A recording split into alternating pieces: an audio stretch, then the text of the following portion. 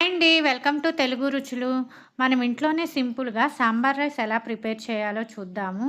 ఇది లంచ్ బాక్స్‌లోకి బాగుంటుంది. ఆఫ్టర్‌నూన్ లంచ్‌లోకి కూడా బావుంటుంది. అన్ని వెజిటబుల్స్ ఏస్తాం కాబట్టి చాలా హెల్తీ కూడా అండి. ఇది ప్రాసెస్ ఎలానో ఒకసారి చూసేద్దాం. నేనిక్కడ కుక్కర్ తీసుకొని దాంట్లో ఒక కప్పు బియ్యం వేసుకున్నాను.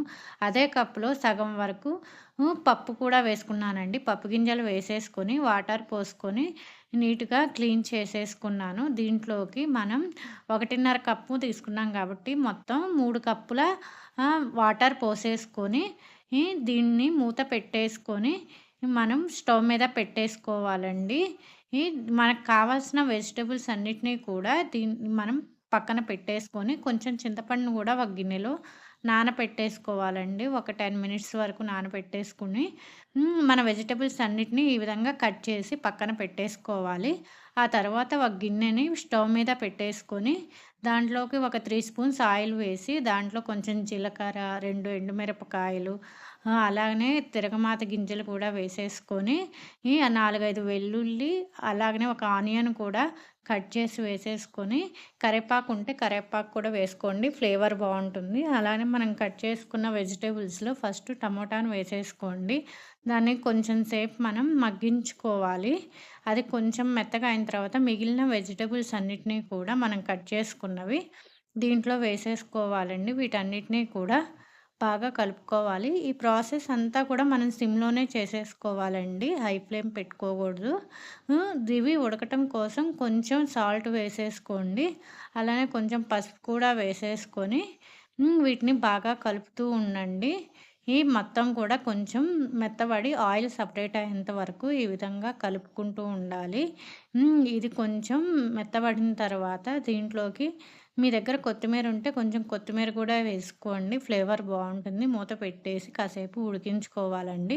చూసారా ఇలా ముక్క మెత్తగా అవుతుంది. ఇలా కొంచెం ముక్కలు మెత్తగా అయిన తర్వాత మీ రుచికి తగ్గట్టుగా కారం కూడా వేసేసుకోండి. ఈలోపు చింతపండు పులుసు కూడా సెపరేట్‌గా తీసి పెట్టేసుకున్నాను.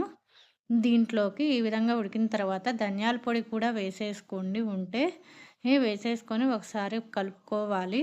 ఆ తర్వాత మనం తీసుకున్నటువంటి చింతపండు పులుసును కూడా వేసేసుకొని ఈ ముక్కలన్నిటిని కూడా చింతపండు పులుసులో కాసేపు ఉడకనివ్వాలండి. ప్రాసెస్ అంతా కూడా మీడియం ఫ్లేమ్‌లో జరగాలండి. హై ఫ్లేమ్ పెట్టుకోకూడదు. ఈ విధంగా మీడియం ఫ్లేమ్‌లో ముక్కలన్నిటిని చింతపండు పులుసులో ఈ విధంగా ఉడికించుకోవాలండి. ఆ తర్వాత మనం కుక్కర్‌లో వండుకున్నటువంటి పప్పు, రైస్‌ని కూడా మూత తీసేసి ఇక్కడ చూపిస్తున్నట్టుగా గెంటెతోనే కలుపుకోవాలండి.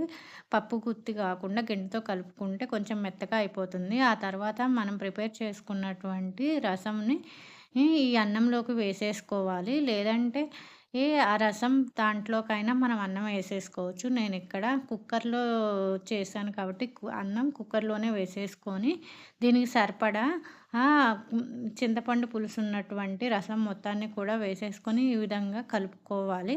కలిపేసుకొని కాసేపు స్టవ్ మీద పెట్టేసి కొంచెం మరగనిచ్చేస్తే దాంట్లో కొత్తిమీరతో గార్నిష్ చేసేసుకోవచ్చు. అంతేనండి. చాలా సింపుల్‌గా అయిపోతుంది. చాలా హెల్తీ కూడా. దీంట్లో కొంచెం నెయ్యి వేసేసి ఈ విధంగా గార్నిష్ చేసేసుకొని తింటే పిల్లలకి చాలా మంచిదండి. హెల్తీ కూడా. మీరు ట్రై చేయండి.